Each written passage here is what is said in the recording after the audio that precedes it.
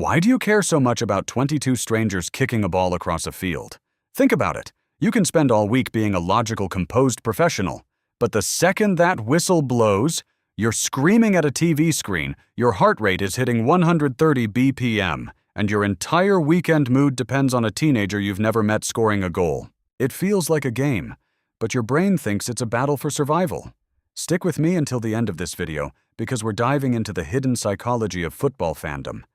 And the last reason we're going to cover explains a weird phenomenon that actually changes your physical chemistry. Let's get into it. First, we have to talk about social identity theory. Humans didn't evolve to be solo players. We evolved in small tribes where us versus them meant life or death. When you put on that jersey, you aren't just a fan, you're part of an in-group.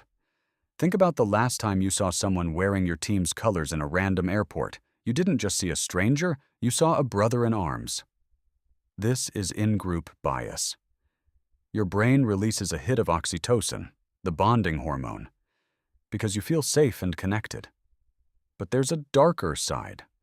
When your team loses, it's not just a scoreline. Your ego takes a hit because your identity is fused with the club. You don't say, "they lost," you say, "we lost." Have you ever noticed how much louder fans are the day after a massive win? Psychologists call this burgeoning, or basking in reflected glory. When your team succeeds, your brain processes that victory as a personal achievement. It's a shortcut to a dopamine hit without you having to lift a finger. But here's where it gets uncomfortable. When things go south, your brain switches strategies. Suddenly, it's not we, it's they. Psychologists call this corfing, cutting off reflected failure. This is when you distance yourself. You start saying, "they played terrible today," instead of "we." It's your mind's way of protecting your self-esteem from a result you can't control. It's a constant tug-of-war between wanting to belong and wanting to feel like a winner. Why don't we just watch the highlights? Why sit through 90 minutes of tension? Because of a concept called collective effervescence. It's that electrified feeling you get in a stadium or a packed pub. For 90 minutes, your bills, your boss, and your stresses disappear. You are experiencing a shared reality. In a world that feels increasingly lonely and digital, football is one of the last places where thousands of people feel the exact same emotion at the exact same millisecond. That level of synchronization is a powerful drug. It's not about the ball. It's about the fact that for a moment, you aren't alone. And if you think this is just emotional, it's not. It's chemical. I promised you a weird physical fact, and here it is.